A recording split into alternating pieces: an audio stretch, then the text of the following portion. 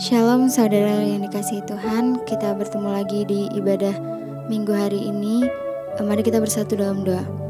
Tuhan Yesus yang baik, Tuhan terima kasih Tuhan untuk semua kasih karunia-Mu dalam hidup kami Tuhan. Atas semua rancangan-Mu dalam hidup kami Tuhan, kami percaya semuanya itu baik bagi kami Tuhan Yesus. Kalau sebentar lagi kami ingin memuji dan meninggikan nama-Mu Tuhan, kiranya Kau hadir di tengah kami Tuhan Yesus. Amin. Semua baik, semua baik. Apa yang telah Kau perbuat di dalam hidupku, semua baik, sungguh teramat baik. Kau jadikan hidupku berarti.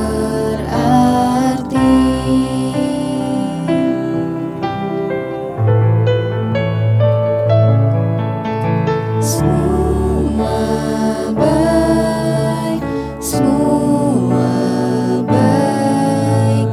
Apa yang telah Kau perbuat di dalam hidupku, semua baik, sungguh teramat baik.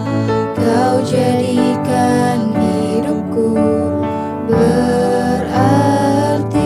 Semua baik, semua baik, semua baik.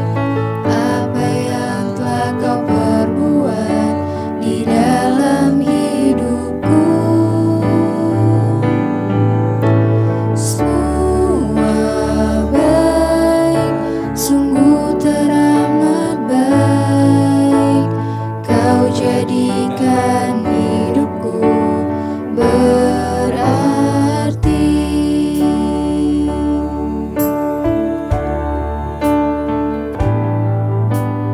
Ku sembah Engkau Yesus, hanya Engkau Allah di hidupku. Tiada yang lain, hanya Kau, hanya Engkau Tuhan. Selamanya Kau tetap Allah, walau dunia semua bergoncang, tak tergoyahkan Kau tetap Allah.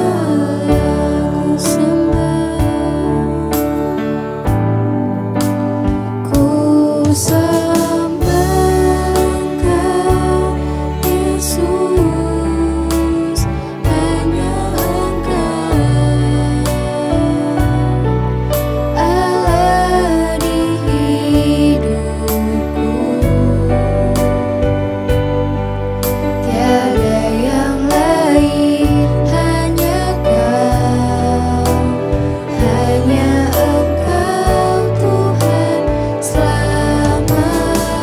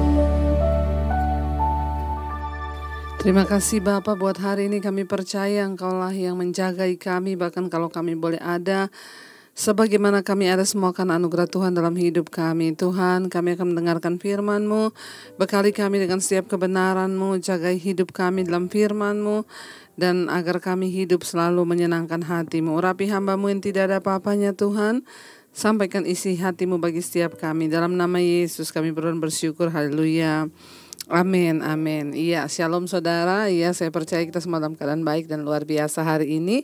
Iya, selamat berjumpa lagi tanpa terasa. Kita terus memasuki hari demi hari, bulan demi bulan, bahkan tidak terasa loh saudara ya.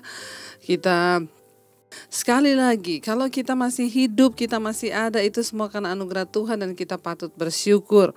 Nah, hari ini saudara menjalani hari-hari yang seperti ini, banyak orang kehilangan damai sejahtera dan sukacita. Nah, hari ini kita akan sama-sama belajar tentang bagaimana kita ini terus hidup di dalam damai sejahtera Kristus ya, agar hidup kita berkemenangan. Kenapa saudara? Ketika orang menghadapi masalah, pencobaan, menghadapi masa yang krisis, dia kehilangan damai sejahtera, maka kita kehilangan kekuatan kita. Damai sejahtera menjadi sesuatu yang bernilai hari-hari ini. Kenapa saudara? Kita mungkin kehabisan uang, kita mungkin sedang sakit, tapi kalau kita mampu tinggal dalam damai sejahtera, itu adalah sebuah kemenangan yang lebih dari segala-galanya. Yesus berkata kepada murid-muridnya, aku datang ke dalam dunia ini membawa damai, dan damai yang kutinggalkan bagimu itu jauh melampaui akal pikiranmu.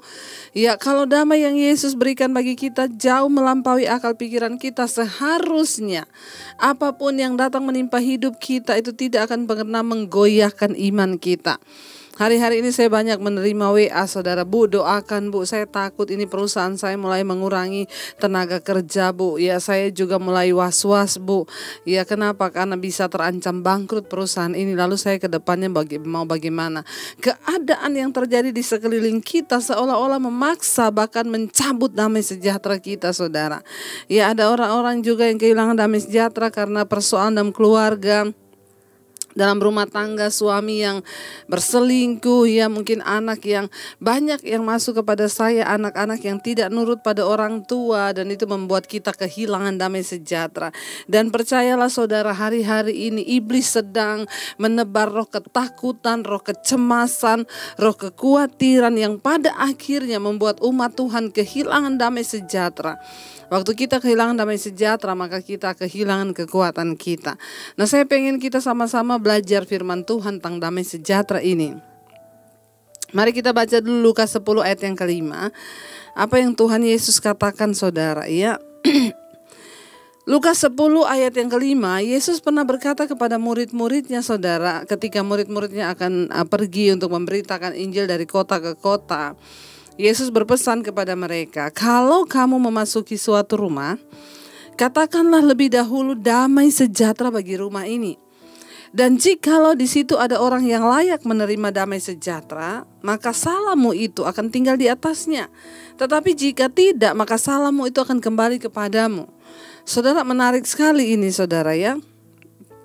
Yesus berkata pada murid-muridnya, kalau kamu memasuki satu rumah, katakanlah lebih dahulu damai sejahtera bagi rumah ini. Ya, makanya kita ini kalau masuk satu rumah atau ini kita ya mengucapkan shalom. Ya, kita ketemu orang kita ngomong shalom. Shalom itu artinya apa? Damai sejahtera. Ya, Yesus berkata kepada murid-muridnya, kalau kamu pergi ke satu kota atau kemana saja ke rumah orang, ya, memasuki satu rumah atau ketemu dengan seseorang, katakanlah lebih dahulu damai sejahtera bagimu. Ya, shalom bagimu.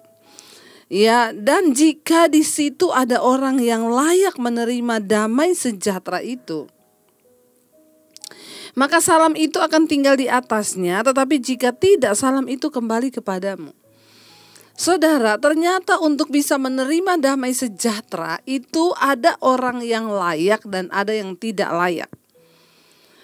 Yesus berkata, dan jikalau di situ ada orang yang layak menerima damai sejahtera, ya, maka salam itu akan tinggal di atasnya, orang itu akan benar-benar damai. Ya, tapi kalau dia tidak ada orang yang layak di situ untuk menerima salammu, maka salam itu akan kembali kepadamu. Ya, kebenaran yang pertama tentang damai sejahtera, ternyata untuk menerima damai sejahtera yang dari Tuhan itu juga ya Tuhan mencari orang yang layak. Ya. Berarti kalau ada yang layak, ada yang tidak layak. Iya. Ya, jikalau ada di situ orang yang layak menerimanya. Saudara, pertanyaannya hari ini, apakah kita ini orang-orang yang layak menerima damai sejahtera? Saya ini mengkonseling ribuan orang, saudara. Setiap hari itu saya membalas, saya minta maaf kalau yang lainnya tidak sempat terbalas karena yang masuk itu banyak sekali. Ya, semua orang yang datang konseling itu persoalannya satu, kehilangan damai sejahtera. Ya, bagaimana kita bisa menjadi orang yang layak untuk menerima damai? Karena ini perkataan Kristus sendiri. Kalau di situ ada orang yang layak, mari kita garis bawahi kata orang yang layak menerima damai sejahtera. Kalau ada orang yang layak, berarti ada orang yang tidak layak. Ya. Nah, hari ini kita mau belajar bagaimana kita menjadi orang yang layak, saudara, untuk menerima damai sejahtera yang dari Tuhan. Tentulah Alkitab pasti memberi petunjuknya. Kenapa, saudara? Karena kita semua ini membutuhkan damai sejahtera lebih dari uang. Banyak orang yang kaya hari-hari ini tapi gak ada damai sejahtera, hidupnya, rumah tangganya gak ada. Suami istri berantem, anak berantem. Kenapa? Karena mereka menjadi orang yang tidak layak menerima damai sejahtera. Ya, mari kita mencoba mengerti kebenaran firman dan kita sungguh-sungguh mau hidup dalam firman itu supaya kita mengalami janji-janji Tuhan. Jangan jadi orang Kristen yang tidak mengerti apa-apa.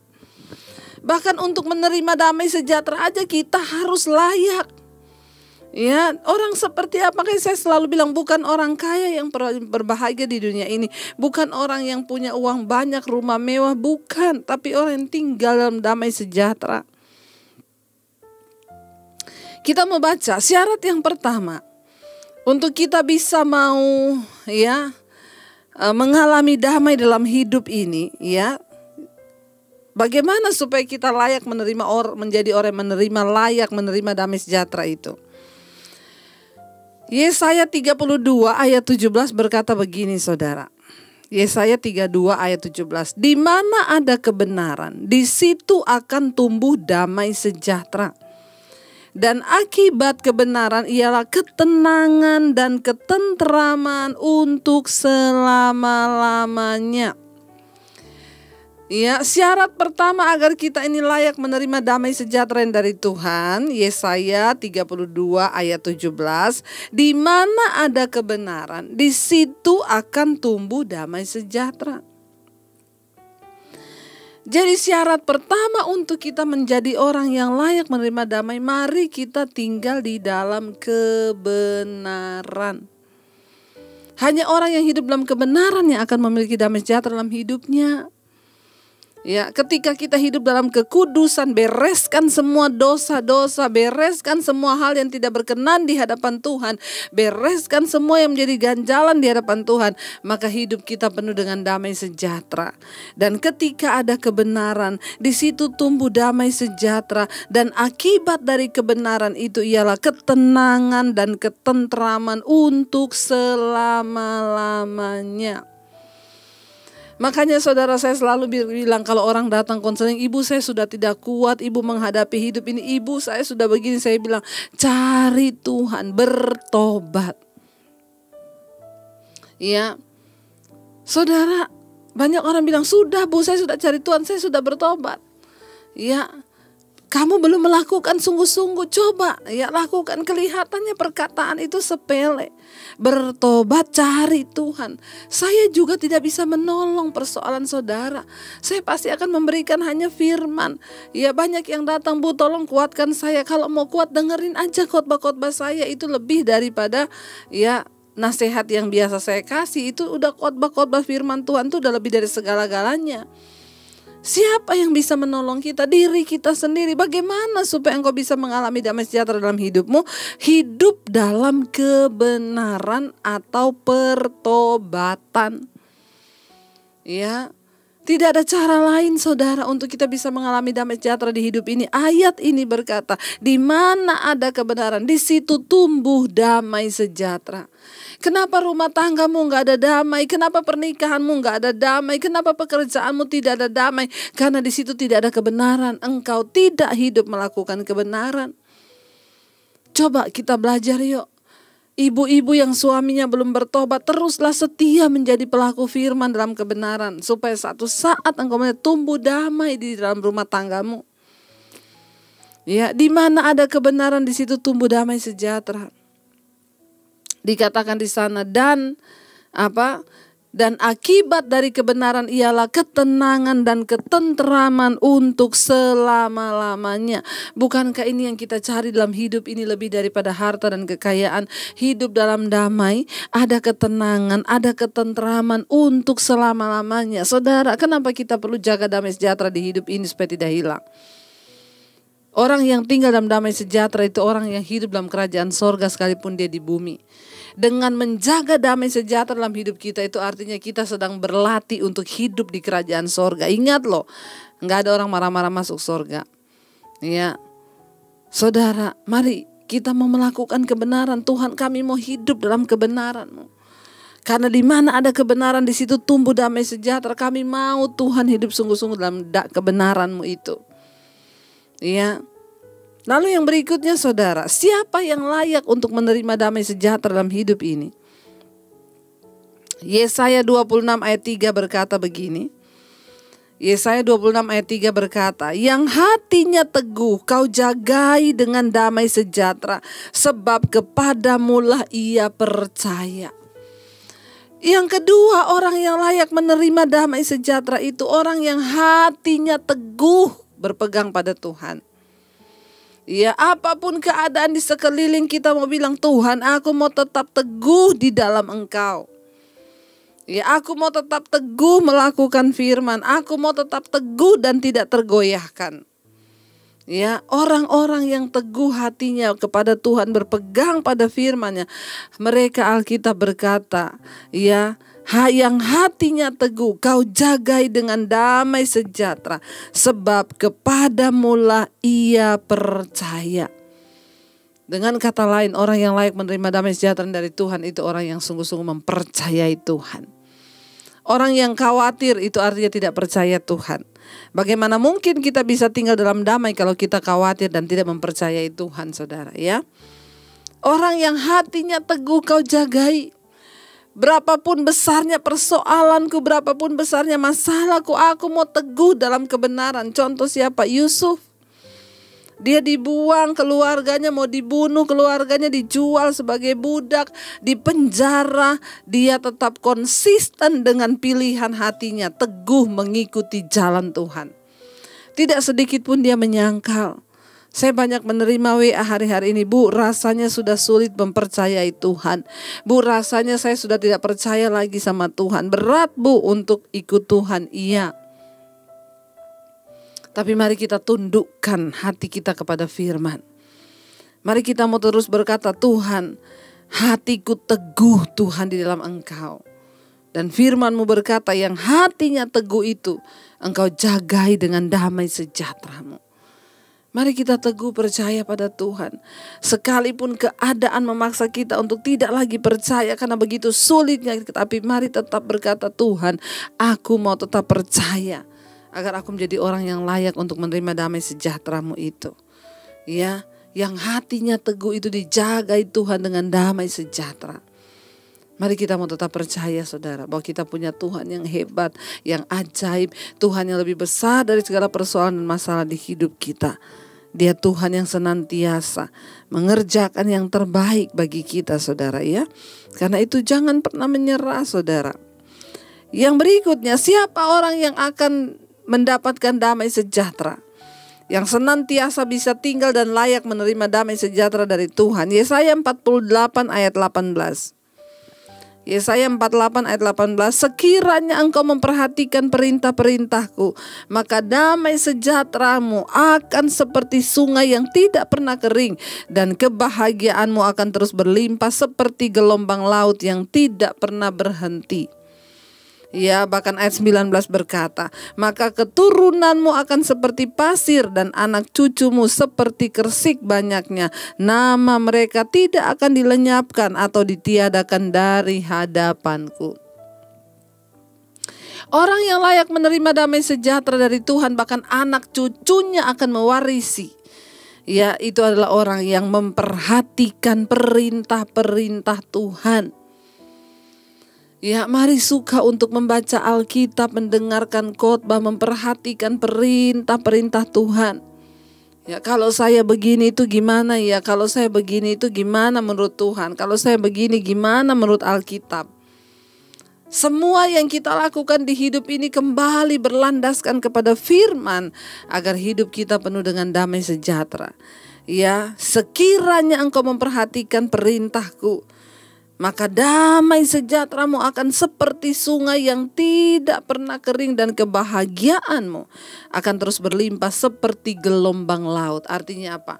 Orang yang hidup memperhatikan firman Tuhan, anak cucunya diberkati Tuhan, akan mengalami berkat dari Tuhan. Ketika kita memperhatikan firman, ketika kita mau bertumbuh di dalam Tuhan dan berkomitmen untuk terus menghidupi firman itu, maka kita akan mengalami damai sejahtera Tuhan, saudara ya. Yang terakhir, saudara, ya, dari mana kita memperoleh damai sejahtera, saudara? Yesaya 26 ayat 12, ya Tuhan, Engkau akan menyediakan damai sejahtera bagi kami, sebab segala sesuatu yang kami kerjakan, Engkaulah yang melakukannya bagi kami. Orang yang akan layak menerima damai sejahtera yang dari Tuhan adalah orang yang selalu mengandalkan Tuhan dan selalu merasa bahwa segala yang bisa kami lakukan ini bukan karena kekuatan kami, tetapi hanya Tuhan yang sanggup melakukannya dalam hidup kami.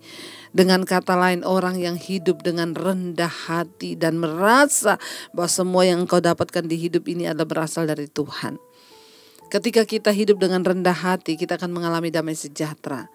Ya, orang yang rendah hati sekalipun difitnah, sekalipun direndahkan, dia tetap mau percaya bahwa Tuhan itu turut bekerja mendatangkan kebaikan atas kehidupannya. Saudara, saya percaya ya tidak ada pilihan lain bagi kita hari-hari ini selain mempercayai Tuhan dan firman-Nya agar kita memperoleh damai sejahtera di hidup ini. Mari kita berdoa supaya Tuhan itu sungguh-sungguh menjadikan kita menjadi orang yang layak untuk menerima damai sejahteranya. Biar kita mau merenungkan firman ini, saudara. Terima kasih Tuhan buat damai sejahtera-Mu yang senantiasa menjaga hidup kami.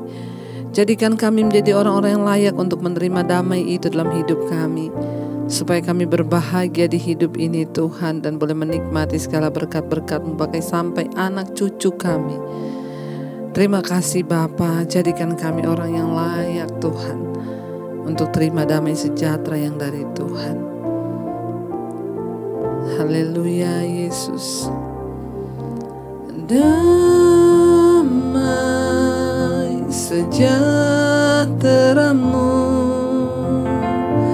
seperti sungai yang tidak pernah kering. Glory, haleluya. Ku sembah Kau Yesus, ku sembah Kau. Mari sekali lagi katakan, damai sejahtera-Mu seperti sungai yang tidak pernah kering.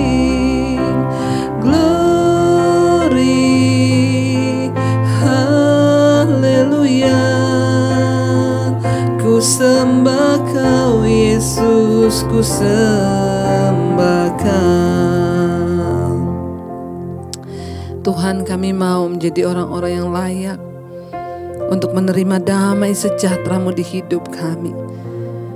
Kami sedang ada di dalam dunia yang tidak menentu ini Tuhan. Kami butuh damai sejahtera Kristus. Kami ingin rumah tangga kami ada damai sejahtera. Ini adalah kebutuhan yang sangat-sangat kami butuhkan, bahkan jauh daripada uang dan kekayaan. Kami ingin dalam kehidupan suami istri ada damai, dengan anak-anak ada damai. Kami tahu damai sejahtera itu adalah sesuatu yang berasal dari sorga. Dunia tidak bisa memberikan itu, hanya Yesus Tuhan. Dan itu bisa kami dapatkan ketika kami tinggal dalam kebenaran-Mu. Hati kami teguh, dijagai di dalam damai sejahtera-Mu Bapa. Kami mau menikmati firman-Mu Tuhan dalam hidup kami yang singkat ini. Kami mau kerajaan sorga itu turun dalam kehidupan kami, seperti yang Kau mengajarkan di doa Bapa kami. Datanglah kerajaan-Mu, jadilah kehendak-Mu.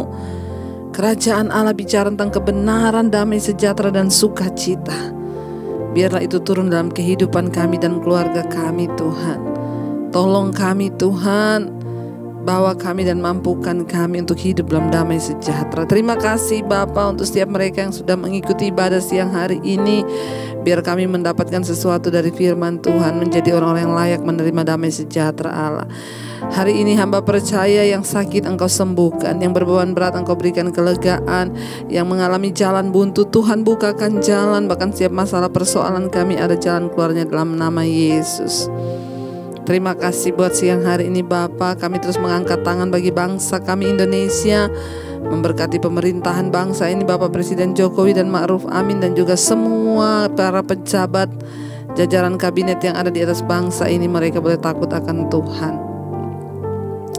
Kami menyerahkan seluruh hidup kami dalam tangan Tuhan. Apapun persoalan kami hadapi, biar damai sejahtera memerintah di hati dan hidup kami.